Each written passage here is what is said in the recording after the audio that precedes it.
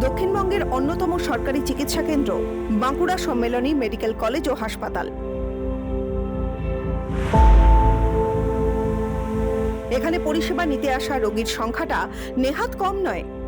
বাঁকুড়ার গণ্ডি ছাড়িয়ে পুরুলিয়া, পশ্চিম মেদিনীপুর, ঝাড়গ্রামের একটা বড় অংশের পাশাপাশি প্রতিবেশী রাজ্য ঝাড়খণ্ড থেকে এসেও পরিষেবা নিয়ে থাকেন রোগীরা।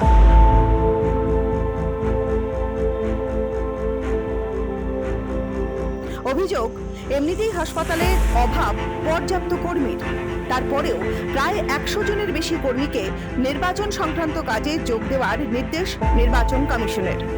এবার কি তবে আরো বেহাল হয়ে পড়বে গুরুত্বপূর্ণ সরকারি চিকিৎসা কেন্দ্র বাঁকুড়া সম্মেলনী মেডিকেল কলেজ ও হাসপাতালের পরিষেবা?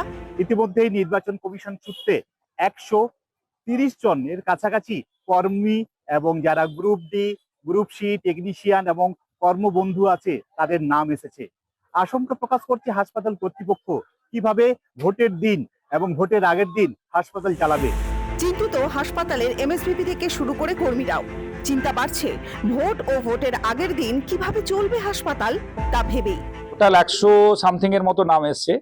এখন এতজন লোক যদি একসঙ্গে চলে যায়, ট্রেনিং নিতেই যাবে, যে দিনগুলো ট্রেনিং নিতে যাবে বা যেদিনে ভোট হবে বা ভোট করাতে পোল করাতে যাবে আর কি, সেদিনে আমার হাসপাতাল যে আমি কি করে চালাবো, আবার তো আমরা একটা ভীষণ আমি বা এসেছে, আমরা ভীষণভাবে চিন্তিত হয়ে আছি যে আমাদের এটাও তো একটা এমার্জেন্সি সার্ভিস না, তো আমরা চালাবো কি করে। আমরা বুঝতে পারছি গভর্নমেন্ট যে কর্মচারী তার একটা অভাব রয়েছে, ওই জন্য ইলেকশন করতে গেলেও লোক লাগবে, কিন্তু আমাদের এই যে এমার্জেন্সি সেক্টর এটাকে কিন্তু যদি ঠিকঠাক করে আমরা মেনটেন করতে না পারি, তাহলে ভোটের দিনগুলিতে যে সমস্ত প্রবলেমগুলো হবে সেগুলো কিন্তু, বিশেষ করে আমাদের ওটি রান করার ব্যাপারে আমরা কিন্তু ভীষণভাবে স্কেয়ার্ড যে আমরা ওটিগুলো রান করাবো কি করে। এক্সটার্নাল এজেন্সি দুটো জায়গায় দেখে, শুধু এই দিকটায় গাইনিটাই দেখে আমাদের এটা কর্মবন্ধুটা দেয় তারা, আর এইদিকে পিএমএসএসআই বিল্ডিংটাতে পুরোটাই দেখে।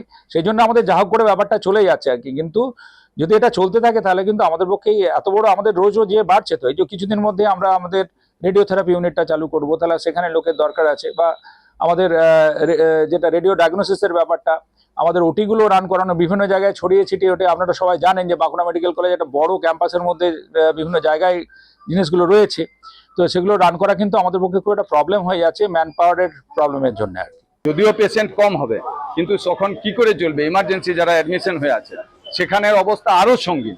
এটা মানে সত্যি দুশ্চিন্তার বিষয়। সুরাহা কি হবে? কোনো বিকল্পের সমাধান বেরোয় কিনা সেটাই এখন দেখার। বাঁকুড়া থেকে মনোজ কর্মকার, এই সময় লাইভ।